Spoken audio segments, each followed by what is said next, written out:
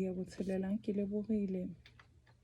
Mengwageng e 30 ya kgašo ya Radio TEF sehlopha sa Route 326 ke a lebogebile ke tamiša motheletši magareng ga tšeo ka di letelang go lenaneo la ntometsebe mantšiboeng a lekgono ke tša gore motlatša mopresidente wa mokgatlo wa EFF Loyi Chivambo o itokolotše bjalo ka moleloko wa mokgatlo mme o tsebagaditše gore o ya go ikamantšhang le mokgatlo wa Umkhonto we Sizwe o ka letela pego ebile re ya go boledišana le mosekaseki wa dipolotiki temaneng ye.